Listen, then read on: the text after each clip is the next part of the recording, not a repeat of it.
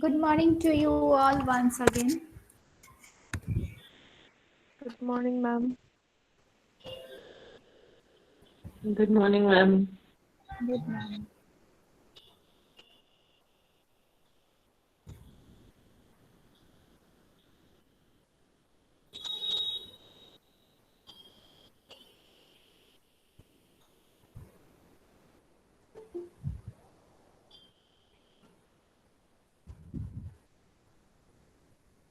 Okay, so today we're starting on with a new topic. After working at, weighted average cost of capital, on which we have done quite a few sums, 5 or 6 sums. More we will do after we finish off this syllabus. Okay, this is your last topic in the syllabus.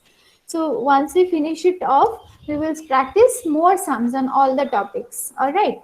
So this is, I told you before going to the puja, I forgot to give you assignment. See, you were so happy, no? No one reminded also. Very nice.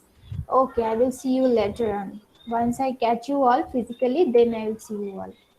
Okay, so I told you that after puja holidays, I will start this capital structure. So we are starting on with this. There are actually what is there in capital structure concept. You have to understand what is capital structure that I will discuss today. After that, from tomorrow onwards, we will study the theories of capital structure. Okay, that is very important. First, understanding capital structure is important because without this, you will not be able to understand the theories. So once you are clear with the idea of capital structure, then we will have to move on to the theories of that. There will be 4 or 5 theories under this capital structure, and within the theories there will be assumptions, there will be theories, and there will be sums also. Okay, so there are some important theories of capital structure.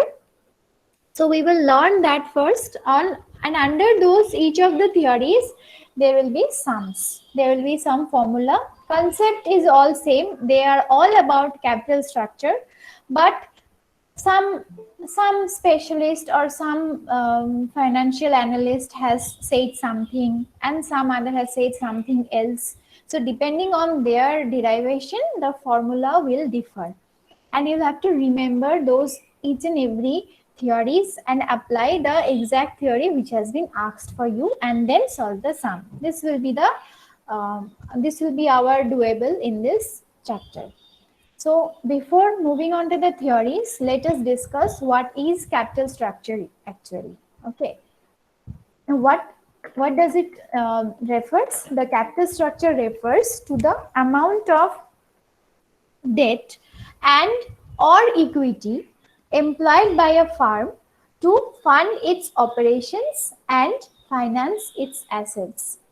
Now, when we were studying the cost of debt, cost of equity capital, cost of preference capital and all that, we have came across the fact that a company can accumulate capital from different sources, and out of the sources, the most lucrative ones are debt and equity. They can accumulate funds from the debt, from the debenture, from loan, it means, and they can, by taking loan they can accumulate fund, and also they can accumulate fund by investment from the shareholders. They can seek for investment from the shareholders, and they will invest, they invest the fund, their fund in the company, and that becomes the equity capital. So there are two attractive or lucrative options for the company. One is the debt and one is the equity. So this capital structure refers to the amount of debt and or equity. Why this term and as well as or has been used? Because some firm may or may not have debt, some firm may or may not have equity. Some firm may gather all the funds to equity, and some fund may also gather all the funds to debt. That's why this and or term has been used, and slash or you can see. That's why this has been used. Okay. Some firm will have a blend of both these two, debt and equity. Well, some firms may have only one source of capital. So that's why this has been used. Okay. That is employed by a firm to fund its operations and finance its assets. So from where the fund will come to buy the assets and generate the operational activity and then make on the production unit flow and then produce products and then sell on their market and then gather the profit. How will they do it? They need some fund, and this fund comes from the from either debt or equity or equity that will be employed by the firm in order to finance its operations and buy the assets for carrying on the operations. A firm's capital structure is typically expressed as a debt to equity or debt to capital ratio. Okay, so firm's capital structure, from now onwards, if you say the term capital structure, what thing should come to your mind? It should come as a ratio of debenture to equity. Okay, what does it indicate? Suppose you have employed 1 lakh of rupees from debenture and you have accumulated say 3 lakh of rupees from the equity shareholders. So this 1 lakh divided by 3 lakh, what is the ratio that is coming? It is 1:3. So a firm's capital structure is typically this ratio, that is 1:3. All right, from now onwards, if this term capital structure is heard by you, so it should come to your mind as a ratio, as a proportion of debt to the equity that is employed by a firm in order to fund its operations and in order to finance its assets. Okay.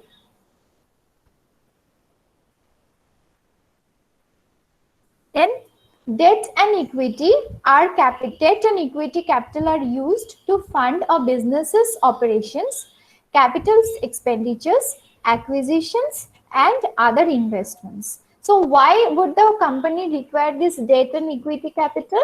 They use this debt and equity capital in order to finance its operations primarily, then other capital expenditures in order to buy the assets, long-term assets. In order to buy that assets, they use this capital.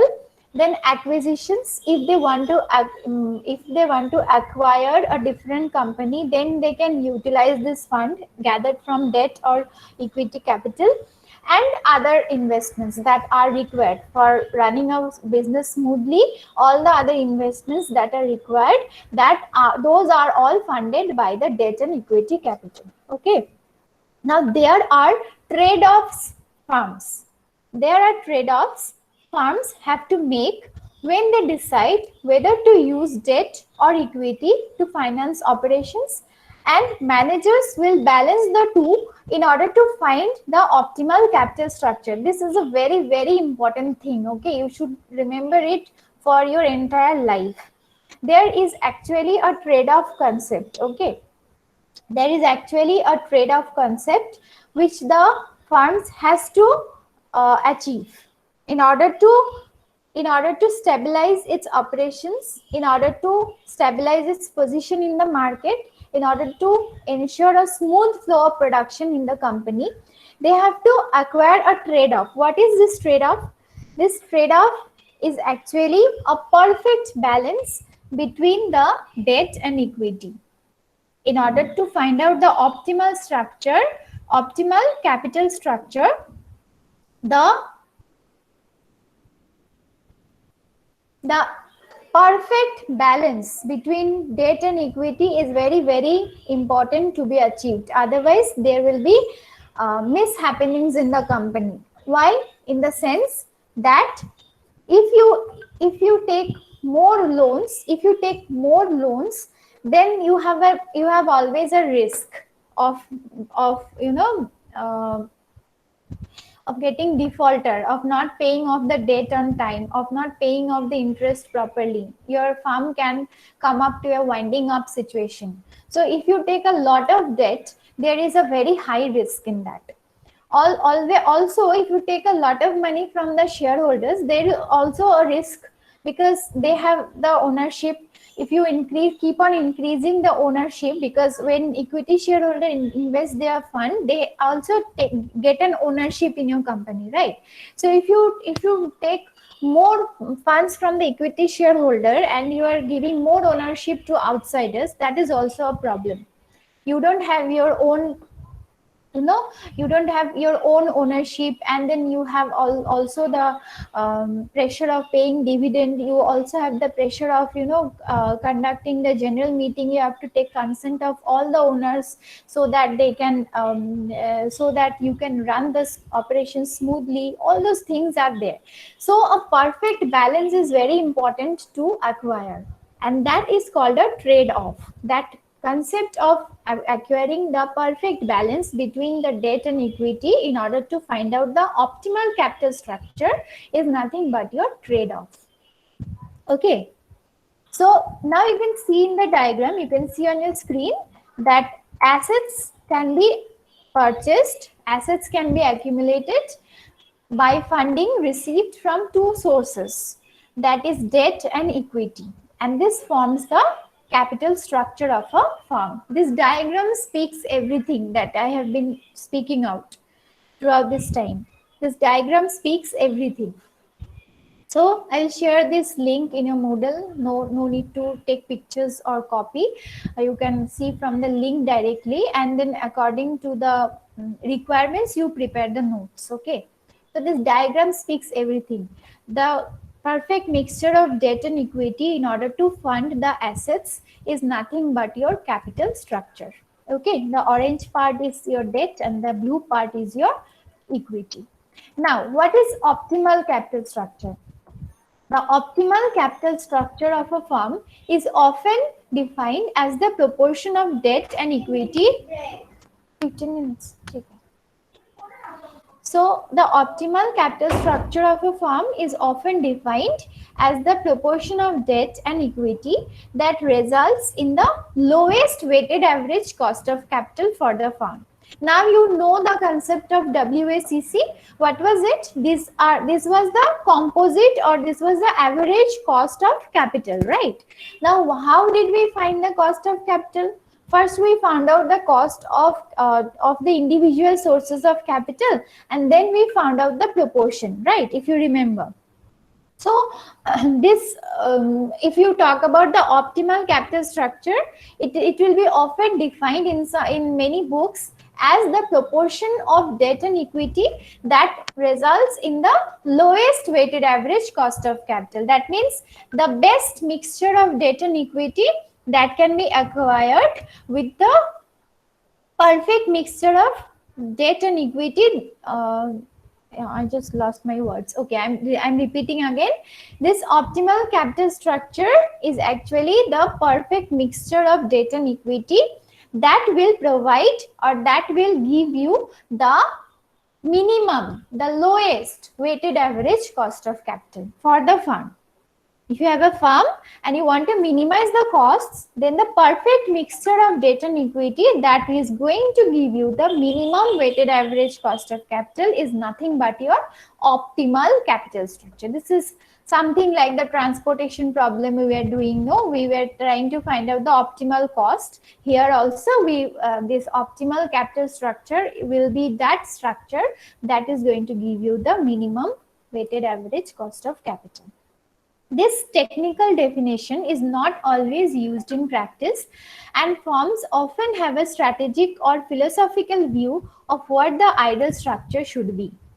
Now, what it is said that this is kind of a technical thing. No, you have to find out the cost of capital, weighted average cost of capital for all the mixtures, possible mixtures, and then select the best one depending on the lowest weighted average cost of capital. So now sometimes what will happen is this technicalities will not always be used in practical field, and then firms will have a philosophical or strategic view. They will review the past performances, what happened when they had the particular structure. So like that they will evaluate and then find out the optimal capital structure. That may happen in certain cases in the practical scenario. Okay.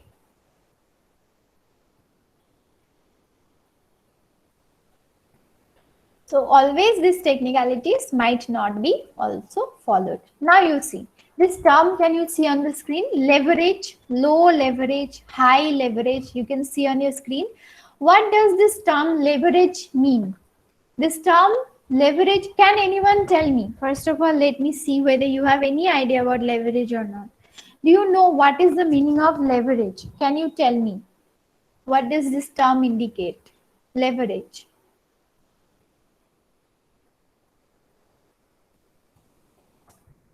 What does this term indicate? Leverage. Does anyone have any idea?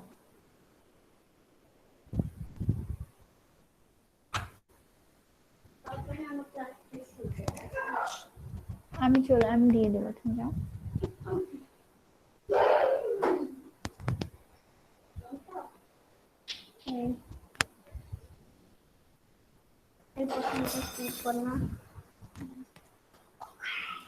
No one knows, no one has any idea about leverage. Okay, let me tell you.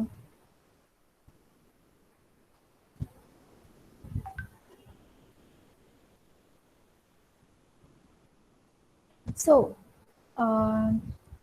see, leverage means inclusion. That just a minute, huh?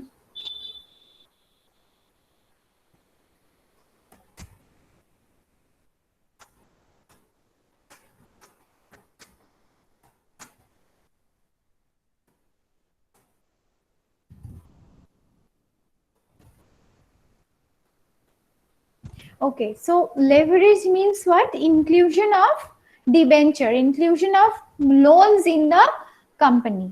Okay, now we are studying capital structure. No, so from capital structure, we have understood that it is the inclusion of debt and equity, right? Now, what would be leverage? What would happen if you have more debt? If you have more debt, it would be called high leverage. Okay, it would be called highly leveraged firm. And if you have low debt in your inclusion in your company, then it would be called a low leveraged firm. Are you getting my point? Are you getting my point? Suppose in your company you have a mixture of both debt and equity, and your company's proportion of debt is very high than the amount of debt is very high in comparison to the amount of equity. Then it will be said that the firm is a high leveraged firm. And if you have low amount of debt in your company, then the term would be called low leveraged for the firm. Okay, so are you getting my point now? Meaning of leverage? Leverage means inclusion of debt in the capital structure. For now, you just understand it. We will have elaborate discussion later on. So more debt means more highly leveraged firm, and low debt means low leveraged firm. Understood? In order to optimize the structure, a firm can issue either more debt or equity. The new capital that's acquired may be used to invest in new assets or may be used to repurchase debt or equity that's currently outstanding as a form of recapitalization. So in order to optimize the capital structure, what the firm can do is, the firm can either issue more debt or it can issue more equity. The new capital that will be formed, that will be acquired, the new capital that will come by issuing more debt and more equity, that can be used for investment purpose in order to buy new assets, and it may be used for purchasing the debt or equity that's currently outstanding. There are some outstanding capital also for in order to repurchase that more amount of debt or equity can also be used and it would be termed as a form of recapitalization.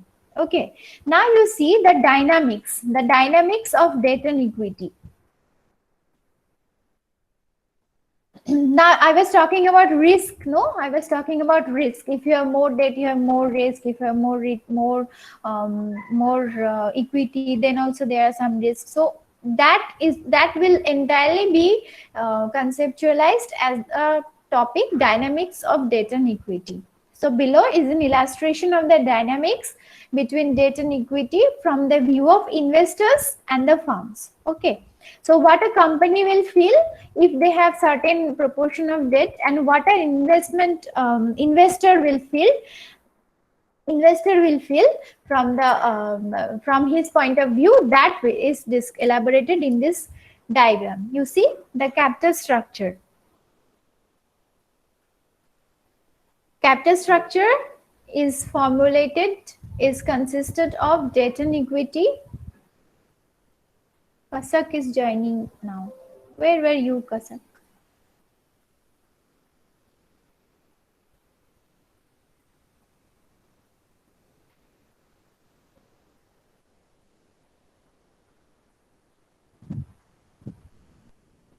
Okay, now check. See this in this diagram, from the perspective of a company, they have accumulated debt and they have accumulated equity. Okay, and they have used that debt and equity in order to fund their assets. Now it is said that from the investment dynamics, okay, from the investor's point of view, that is, if you have accumulated the fund, if the firm has accumulated the fund from financial institutions, then from their point of view, what are the dynamics? So if in case of debt, they will consider low risk. Why low risk? Because the investors are going to get sure and short rate of interest, isn't it? Even if you're making loss, you have to pay the rate of interest, isn't it? There will be no relaxation on paying the rate of interest. So from the investor's point of view, that is from whom you have taken the debentures, you have sold off the debentures, from their point of view, that there is a low risk. And return, in terms of return, there will be low return, because rate of interest, it depends on perfectly on the rate of interest. If it is 4%, it will be 4%. Depending on the market, it is not going to increase. But in case of equity, it may increase. If the market is performing very nicely, very good, then the dividend amount will increase. But in case of debenture, the interest amount is not going to increase. It is going to remain same, right? And then, so low return, but interest is fixed and final. You are going to get it, although low, but yet it is going to be confirmed rate of interest.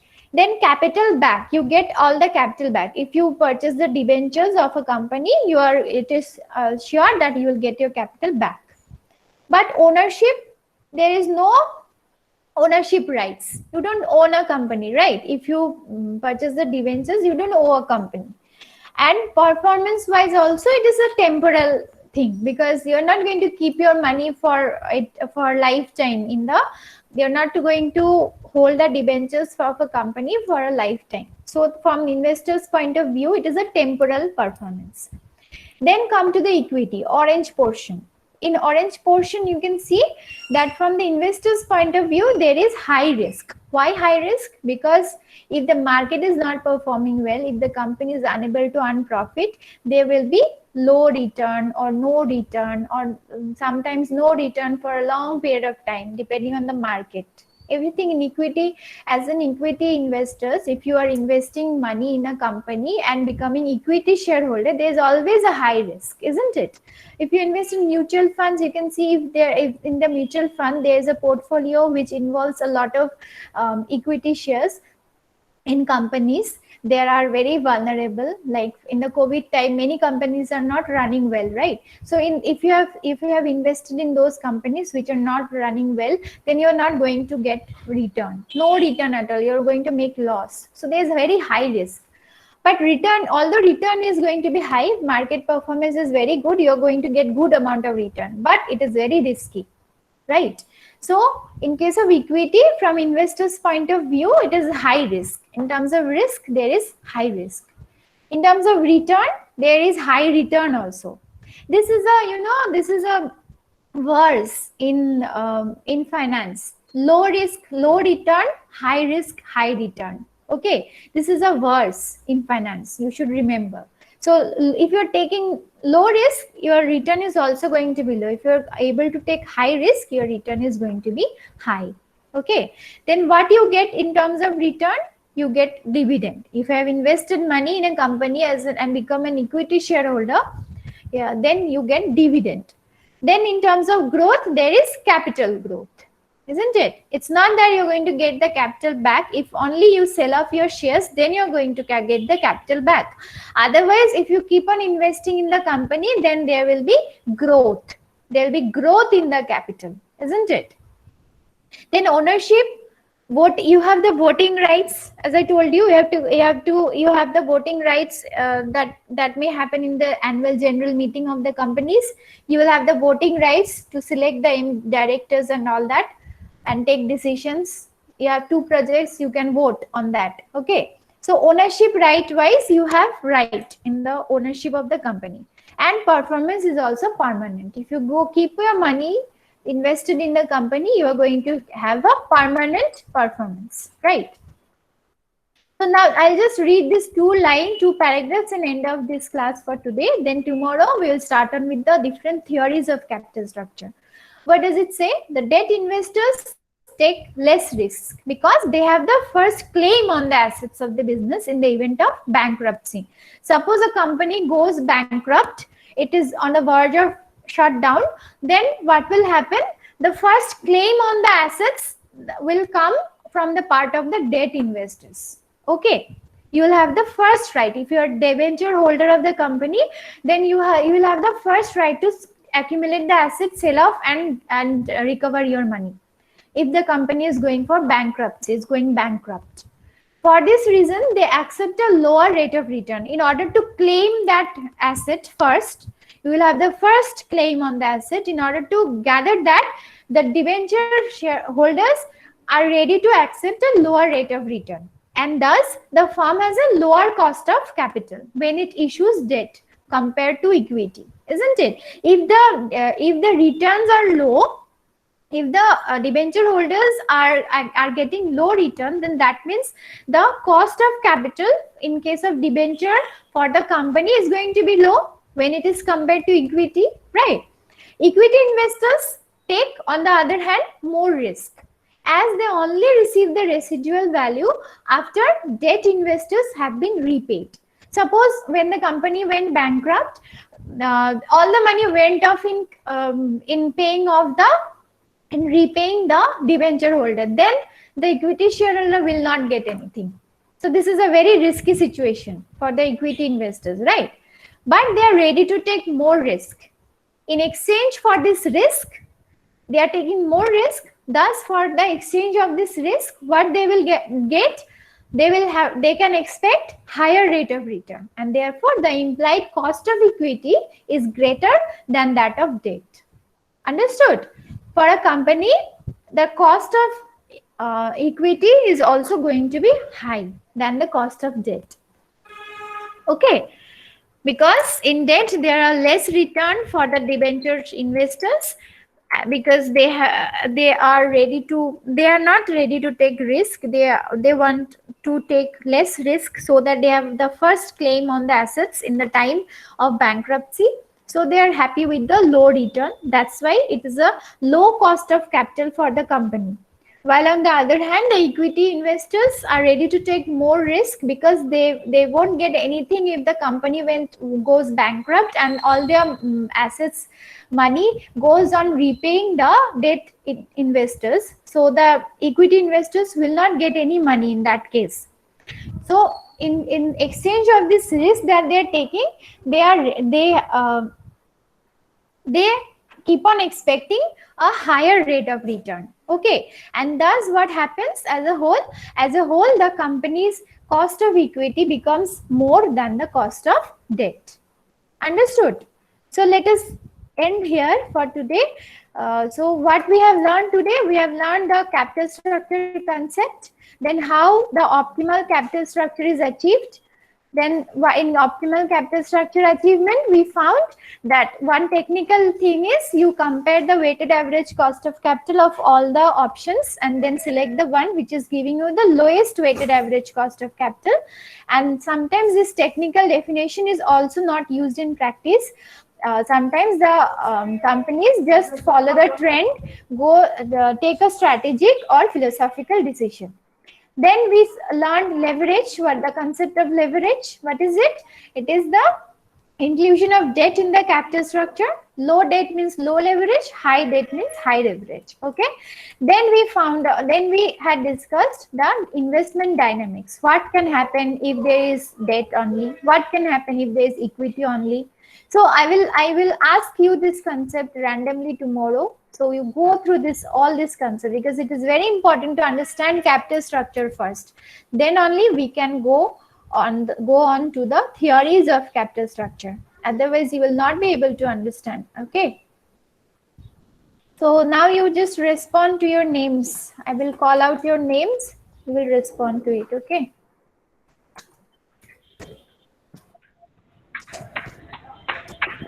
বাবাই বাবাই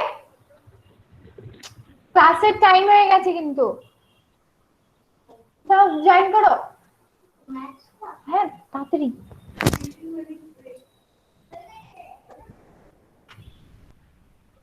ওকে respond please Abhijit Abhishna Anurag Aryan Ashish Yes, ma'am. Ashmita Vivechana Present, ma'am. Devrupa Present, ma'am. Harshita Rishika Chaudhary Present, ma'am. Agarwal Kajal Present, ma'am. खुशी Present, ma'am. Present, ma'am. महिमा Present, ma'am. Mamata Yes, ma'am. Muskan Prasad Muskan Yes, ma'am. Gupta. Yes, ma'am. You both were absent in the first class, no? No, ma'am. Both were present. Yes, Yes, ma'am. ma'am. But I called, you did not respond. Ma'am, we did. Okay. You did, ma'am. Namrata, Yes, ma'am. Nidhi, Present, ma'am. Nitesh, Ornadeep, Pawan, Rashil, Pratiksha Chetri, Pratiksha Giri, Priyanka, Yes, ma'am. Pooja, Yes, ma'am. Rahul, Rajat, Ramkrishna, Rohit, Rohit Pandey, Sagar, Salina, Present, ma'am. Shalini, Shruti, Siddhant, Saurav, Shobit, Shobit,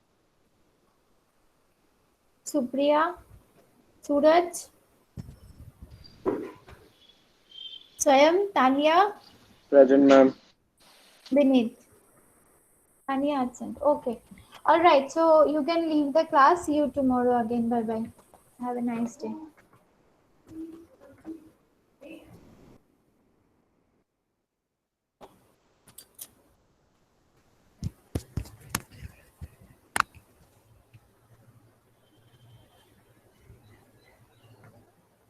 join করে নাই ও?